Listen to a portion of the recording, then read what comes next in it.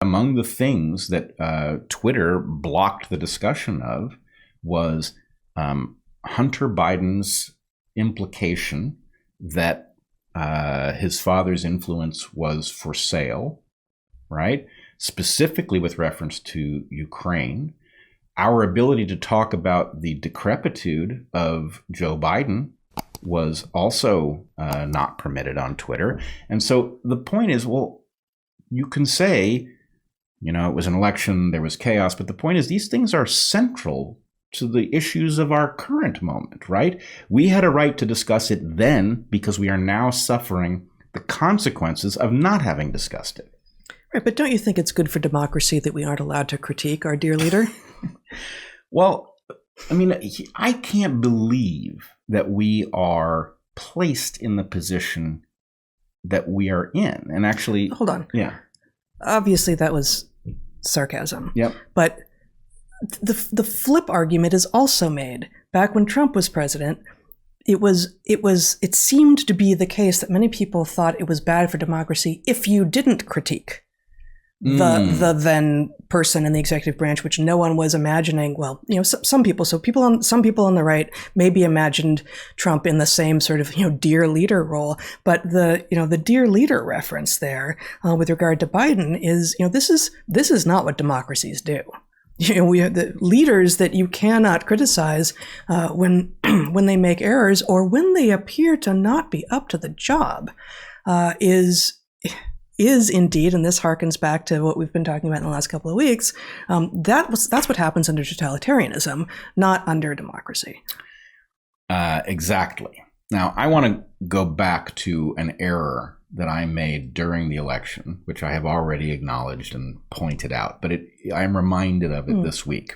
I said during the election that I didn't think Joe Biden would be sworn in. I thought that this was effectively a ploy, that he was the person who was going to win the election, and then there would be a shuffle. Now, the reason that I thought that was that, you know, I sometimes say, no matter how cynical you are, you're still being naive. I was being naive. I thought there was no way that whatever runs inside the Democratic Party, I thought there was no way that the DNC would put us in the precarious position in a world this dangerous, in the middle of a pandemic with as much at stake in the world and as many hot spots, that the Democratic Party would put us in a position of having a person who is clearly losing their mental competence at a rapid rate, have that person be in the role of the presidency. That's so mind-bogglingly dangerous that I couldn't imagine that they were going to let it happen. And so I thought they were going to do a swap with Kamala Harris. Now, I will say, and I can't believe that I'm going to say this out loud, given what we are seeing with Joe Biden, I actually think, as terrible a president as I think Kamala Harris would be, I don't think we have any choice. I think the incompetence, and I don't know what you mean. We don't have any choice about what? Zach, could you play the video of Joe Biden from this week? Yeah. So this is one of many versions of this. I think this is the New York Post's.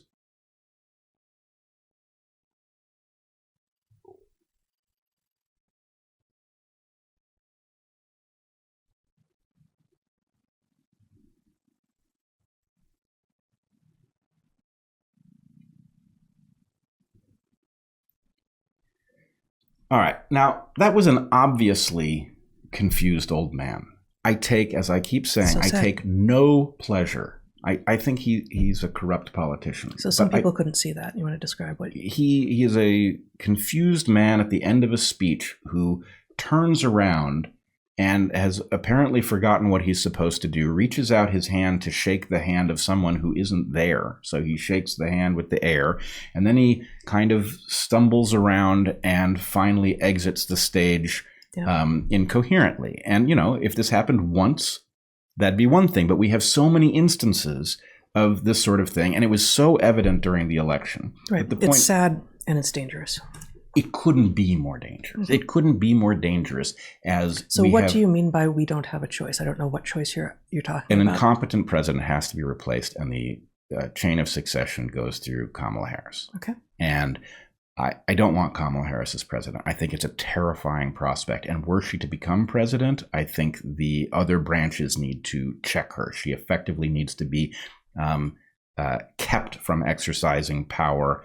And her purpose, therefore, would be to be a coherent person who can have somebody call them up in the middle of the night and say, we have a problem. We don't know if nuclear this, that, or the other. We need a person whose mind is still functioning to be able to answer a basic question about what we do on behalf of the American public. And Kamala Harris is in a better position to do that than Joe Biden. Yeah.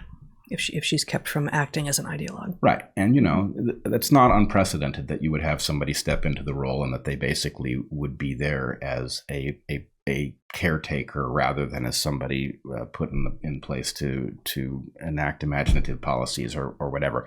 But it's hard to believe that in a pandemic with a war by Vladimir Putin in Ukraine, that we could possibly tolerate a charade where the person in power is clearly not mentally capable of making difficult decisions, and therefore we don't really know who is in power, right? We have an unaccountable structure supposedly protecting our interests in an extremely dangerous moment of history. How could the Democratic Party do that to us? How have they not taken Joe aside? I mean, in his interest, in the country's, whose interest is it in to keep him in that position at this moment? And so this is coming up here because you view, I believe, although you haven't said this here explicitly, Elon Musk's bid, which could be cynical, which could be about something that we can't see, but it has the potential to be a patriotic act. Well, what I know is that during the election, when it was the right time to talk about this, when the answer is no, actually, we can't elect Joe Biden because even if you would have wanted him in his younger, more competent state, at this point, he is not qualified because he is not mentally there. That was evident during the election. And the point was Twitter was not a place that you could openly discuss it, right? Mm-hmm. So, having been on the wrong sides of those discussions, trying to point out, hey, we can't do this. It's unacceptable, right? This was taken as support for Trump, right? Support for Trump in a place where that was considered unacceptable. Yeah. You have a choice between A and B. I don't think so. I want a choice beyond A and B. I don't like A and therefore you're for B. I was about to tell you that I like neither option. Nope. That's the choice. If you don't like A, then you must like B. We are forcing you into not just choosing B, but liking it. Right. And so I guess what I would say is that this has been an interesting week because we have the platform, or one of them, that did so much work to prevent the free exchange of obviously important ideas, like is this person mentally competent enough to be elected to this important office, right? We have that question reopened by Elon Musk's move, but we also have vindication, even if I wasn't right that he wasn't going to take office, which obviously I wasn't right, but I was right that his level of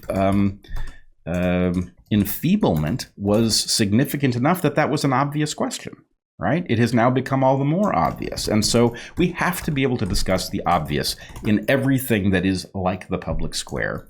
We therefore need to go from 0 platforms which tolerate it to 1, and I think what Elon is gambling on is that if we go to 1, it will go to many, right? Once you have rescued one platform, people aren't going to stay where they're infantilized on Facebook or Instagram or wherever. They're going to go to the place where they can have adult conversations about important things. And, I appreciate whether he succeeds or fails. I appreciate that Elon is trying to do that with Twitter, and I really want to see it succeed. Even if it's a disaster, it is essentially certain to be better than it is. It's hard to imagine how he could make the situation more dangerous.